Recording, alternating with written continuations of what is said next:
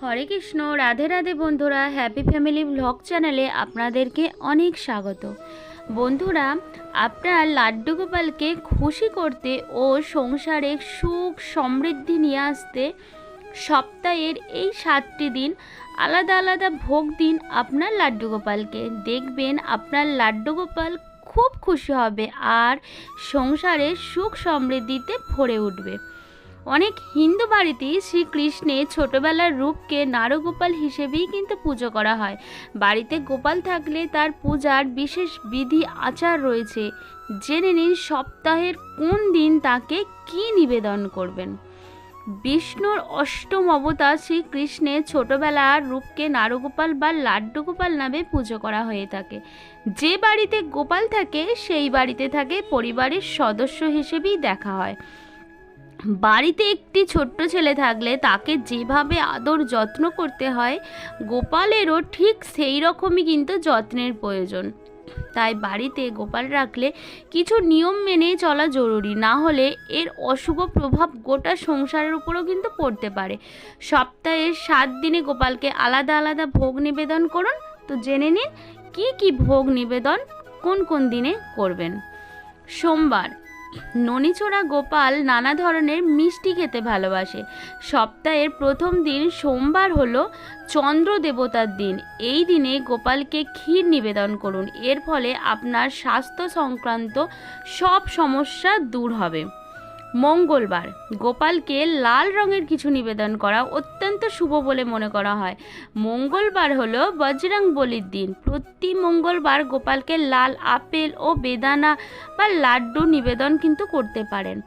আপনার কোষ্ঠীতে মঙ্গল অশুভ স্থানে থাকলে এর ফলে কিন্তু সেটা কেটে যাবে। বুধবারে গোপালকে শাক, রুটি ও লাড্ডুর ভোগ দিন। বুধবার হলো সিদ্ধিদাতা গণেশের দিন।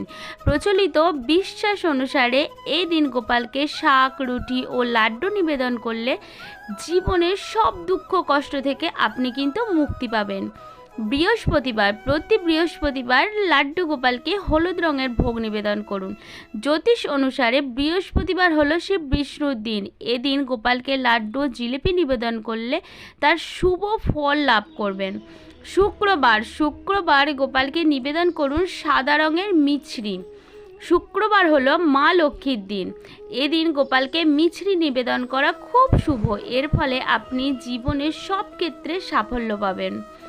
শনিবার, নারগোপালকে শনিবারে বাতাসা ও খিচুড়ি নিবেদন করুন। জ্যোতিষশাস্ত্রে অনুসারে এর ফলে আপনি গ্রহের অশুভ দশা থেকে মুক্তি পাবেন। রবিবারে গোপালকে নিবেদন করুন পঞ্চামৃত ভোগ।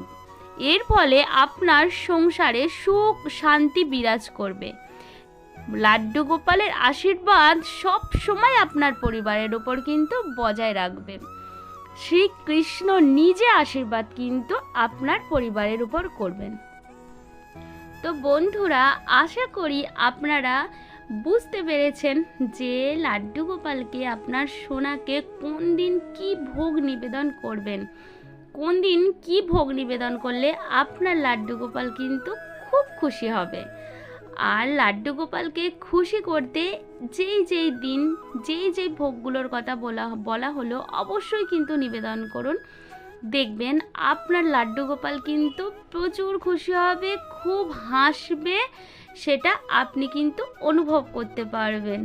আর যেটাই করবেন মন থেকে ভালোবেসে, কারণ লাড্ডু গোপাল সোনা তো মনের ভাবটা বেশি দেখে, যে আপনি কি ভাব নিয়ে তাকে ভোগ নিবেদন করছেন বা কি ভাব নিয়ে তার জন্য ভোগ তৈরি করছেন। তো অবশ্যই সোনাকে যখন ভোগ নিবেদন করবেন মন থেকে ভালোবেসে তার জন্য যত্ন সহকারে করবেন। দেখবেন আপনার লাড্ডু গোপাল আপনার সাথে সব সময়তে থাকবে। তো আশা করব আজকের এই ভিডিওটি থেকে আপনারা একটু হলেও উপকৃত হয়েছেন। যদি ভিডিওটি ভালো লাগে বা যদি একটু উপকৃত হন তাহলে অবশ্যই কিন্তু লাইক করবেন, কমেন্ট করবেন, শেয়ার করবেন। আর যারা চ্যানেলে নতুন দেখছেন তারা অবশ্যই কিন্তু চ্যানেলটি সাবস্ক্রাইব করতে একদমই ভুলবেন না। ভগবানের নাম বেশি বেশি করুন, আপনার লাড্ডু গোপালকে খুব ভালোবাসুন। হরে কৃষ্ণ, রাধে রাধে, হরি হরি বল, জয় জয় শ্রী রাধা শ্যাম।